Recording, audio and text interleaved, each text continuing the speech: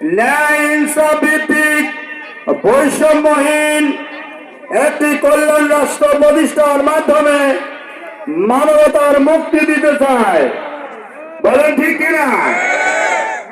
এখানে দুটো বিষয় আমাদের কাছে বিচার্য, আল্লাহর আইন আর এটা হলো সৎ লোকের শাসন। আল্লাহর আইন ব্যতীত সৃষ্টির কল্যাণ কখনো হতে পারে না। তাই আমাদের আইনের উৎস হলো আল কোরআন।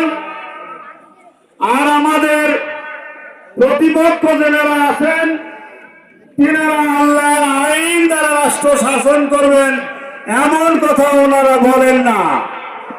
বরং ওনারা বলেন যে আমরা শরিয়া আইনে বিশ্বাস করি না।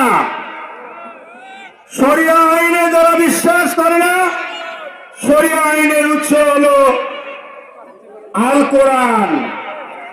তো তারা ইসলামী শাসন আমাদেরকে উপহার দিতে পারবেন না। আর হলো সৎ লোকের শাসন। জামাত ইসলামী বাংলাদেশ ইসলামী ছাত্র শিবির সৎ, যোগ্য এবং দক্ষ নেতৃত্ব তৈরির একটি কারখানা।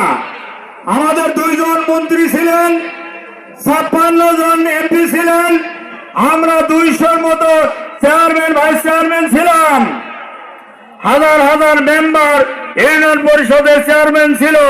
কেউ দুর্নীতিতে জড়িত কোন মহল ইঙ্গিত তুলতে পারে নাই। তাদের বিরুদ্ধে কোন দুর্নীতি